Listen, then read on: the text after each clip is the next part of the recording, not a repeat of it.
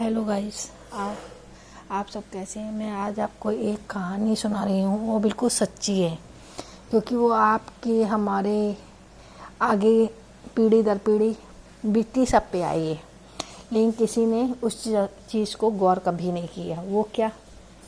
Marriage anniversary, सालगिरह, शादी की सालगिरह। एक सालगिरह आती है, दूसरी आती है, ऐसे ही करते करते किसी की 30वीं आ जाती है, किसी की 15वीं आ जाती है, किसी की 25वीं आ जाती है, किसी की गोल्डन जुबली भी हो जाती है। सब लोग उसको मैरिज एनिवर्सरी विश करते हैं, हैप्पी मैरिज एनिवर्सरी। लेकिन हम लोग के दिमाग में कभी ये बात नहीं आई कि मैरिज एनिवर्सरी केवल उन्हीं लोगों की होती है जो मैरिज में बंधे होते हैं, मतलब पेयर, वाइफ हस्बैंड जिसको कहते हैं हम लोग। जब हस्बैंड वाइफ रहते हैं तो हम लोग, चाहे वो 60 साल के हों, 70 साल के हों, 80 साल के, तो हम लोग ज़रूर कहते हैं हैप्पी मैरिज एनिवर्सरी। साल में एक बार उनको विश करते हैं, केक काटते हैं। लेकिन जब दोनों में से किसी एक का पेयर ख़त्म हो जाता है, मतलब दो में से एक रह गए, हस्बैंड रह गए या वाइफ रह गई, तो हम लोग उसको विश ही नहीं करते।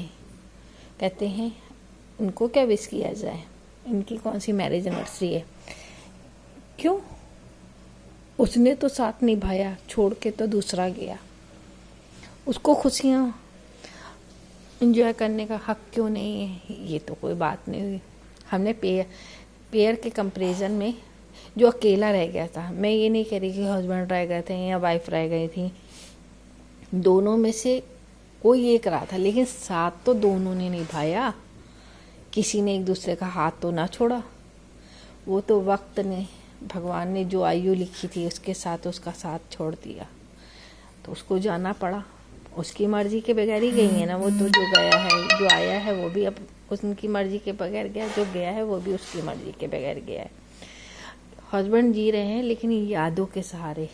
उनको पता है कि अगर आज सालगिरह है तो मेरी बीवी अगर मेरे साथ होती तो रात में हम केक काटते, हम लोग सुबह से प्लान करते कि हमें डिनर कहाँ करना है या लंच कहाँ करना है, या हमको यात्रा कहाँ करनी है, हमें बाहर घूमने जाना है या जहाँ भी जाना है। जैसा बजट होता है वैसा सोच रहा होता है, लेकिन हम लोग उसे विश नहीं करते। क्यों? क्योंकि वो अकेला रह गया है ज़िंदगी में, या अकेली रह गई है। क्या उस आदमी के अरमान मर गए हैं क्या? नहीं। ये तो उस दिन पूछा जा सकता है एक दूसरे से कि आप ठीक हैं, मस्त हैं, या आप खुश हैं, या आइए आप हमारे साथ डिनर कर लीजिए, हमारे साथ खाना खा लीजिए, समझे। तो कम से कम इसी बहाने हम उनका दुख दर्द तो कम कर सकते हैं। चलिए वो भी नहीं कर सकते हैं तो उनके बेटे हैं, बहू हैं, रिलेटिव किस लिए होते हैं? रिलेटिव ही कह दें, कोई जना, कोई रिलेटिव कह दे आइए आज हम लोग साथ में खाना खाते। ये ना कहिए कि आज आपकी मैरिज एनिवर्सरी है, समझे। आप ये उसको रियलाइज़ ही ना कराइए। जब वो आए केक मत काटिए, मैं ये नहीं कह रही कि आप केक काटिए, लेकिन ऐसा माहौल बना दीजिए कि उनको याद ही ना आए। कम से कम 2 घंटे तो ना आए उनकी याद, समझे। उनके साथ बैठ के बातें करिए, उनको बचपन में ले जाइए या जवानी में ले जाइए, जहाँ उनकी यादें हैं। कुछ ऐसी चीज़ों में ले जाइए जहाँ उनका दिल बहल जाए। वो जब हमारे घर से निकले तो एक मीठी सी मुस्कुराहट लेते हुए निकले, जिससे कि वो ज़िंदगी भर उस चीज़ को याद रखें। भाई हम ज़्यादा तो नहीं कुछ कर सकते हैं, पर इतना कर सकते हैं ना। तो मेरे भाइयों और बहनों सभी से गुजारिश है, बच्चों से भी गुजारिश है, और सबसे गुजारिश है कि कम से कम जो अकेला रह गया है उसको फील मत होने दीजिए कि मेरी सालगिरह आज के दिन आती लेकिन मैं अकेला हूँ।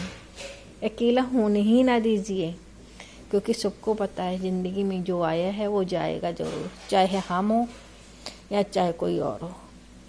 मैं भी लिखा पढ़ी करा के नहीं आई हूँ इस दुनिया में कि मैं जाऊँगी नहीं, जाना मेरे को पड़ेगा समय से, क्योंकि जब बुलावा आता है तो ऊपर वाला किसी को नहीं छोड़ता है।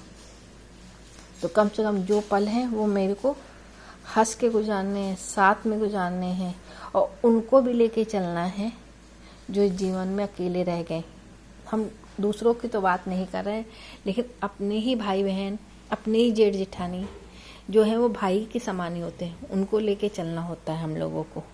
तो कृपया करके उनको साथ लेके चलिए। बस मेरे इतने ही विचार हैं जो मैं व्यक्त कर रही हूँ। इससे ज़्यादा मेरे को समझ नहीं आया तो मैंने व्यक्त भी नहीं किया आपको। Bye guys.